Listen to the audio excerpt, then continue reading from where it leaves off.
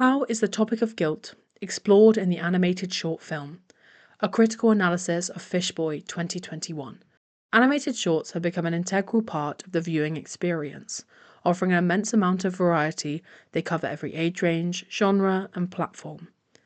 Modernity has meant that short animations and films have been able to be exhibited to a worldwide audience across myriad platforms. YouTube, as one example, has become a communal point for creatives to congregate and share their work with the wider world. In 2021, Fishboy, directed by Anita Bruver, a stop-motion animated short, was posted onto YouTube via the Short of the Week channel. Using paint on glass and puppet animation, the film explores the topic of guilt in relation to grief, embodying the feeling in the personification of water. The main story follows the puppet creations, Fishboy and his partner Laura, with focus on Fishboy's past within the paint-on-glass animated sections. However, there is a particular focus on the impact that a guilty conscience can have on interpersonal relationships. As described by Bruver herself, the short is essentially a metaphorical depiction of a couple having a conversation about their relationship. When the character of Fishboy is encouraged by his partner Laura to engage in a conversation surrounding the emotions he is experiencing, he expresses that he feels as though it is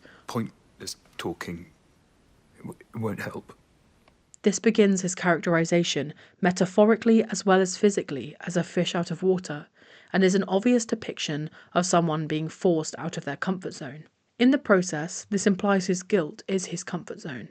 In his article Guilt, Ed Benzel writes that if a person does not want to admit guilt, he creates a facade around him that in turn creates an increasingly impenetrable barrier behind which he can hide his insecurities and weaknesses, and that those on the outside can often see right through the shell and see the cover-ups. As Laura begs for him to open up to her, Fishboy finds himself unable to do so. He continually chooses to drown himself in his guilt, represented as the increasingly murky water, rather than become vulnerable with Laura. This displays the temptation of the familiarity and safety of the guilt, grief, and self-pity, too strong for him to resist. As the film progresses, it becomes apparent that there are also physical divisions between the characters that are being created through elements of the mise en scène. Colour and lighting separate the characters within the scenes and allow the audience the opportunity to assess any metaphorical barriers they may be facing within the story. In an article by Steve Neal, Klein suggests the observer should never be conscious of colour at all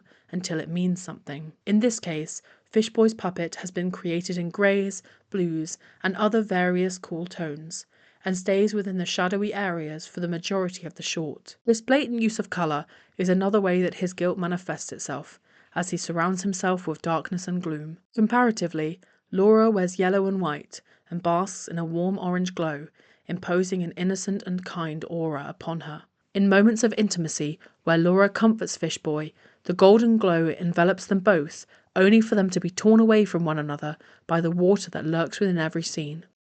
This physical separation by the water implies Fishboy's inability to accept happiness or light into his life due to his guilty conscience, with the understanding he may not believe he deserves it. Each time Fishboy chooses to submerge himself again, the audience is shown a small snippet from one of his memories, the depiction of two children, a girl and a boy, in which the girl suffers from a seizure.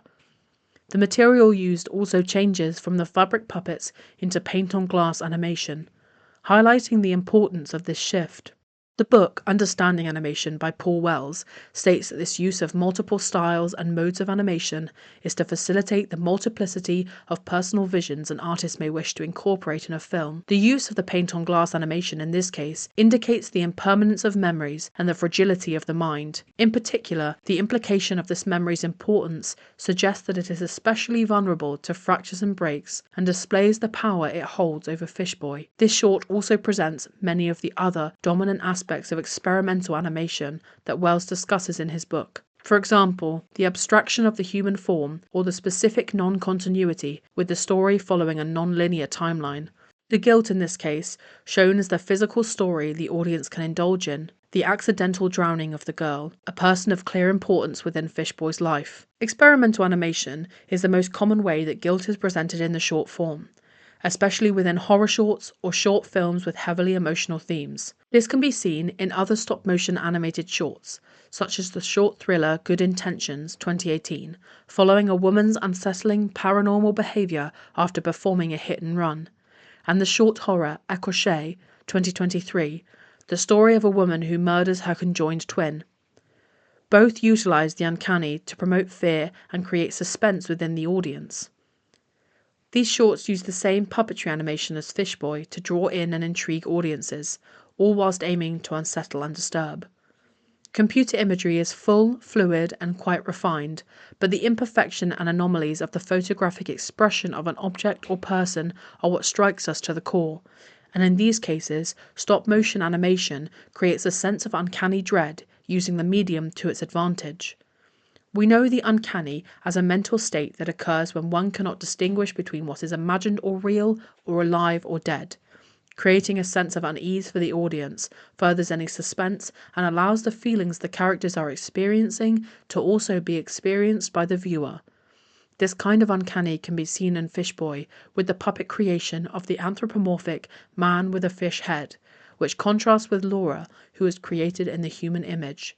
Due to this, the audience become more empathetic towards Laura as the story progresses, rather than Fishboy, finding her the more relatable character.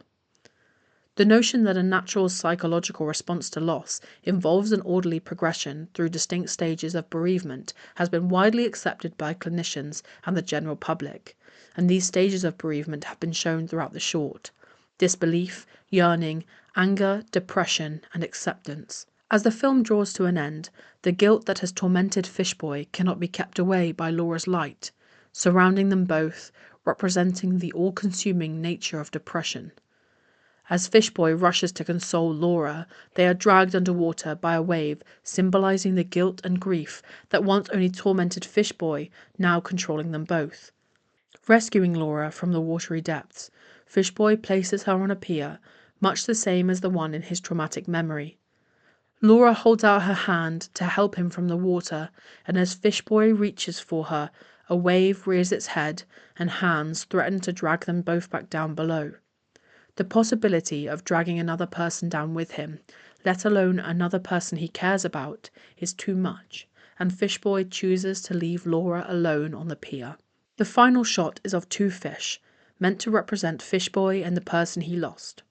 Fishboy's choice to leave provides confirmation of his acceptance that his guilt will only continue to harm Laura, and Laura's ability to allow him to leave is her acceptance that she cannot help him remove his suffering. However, this animated short film is a conversation between them, a conversation that has clearly finished with the end of their relationship, and the notion of guilt as a relentless force.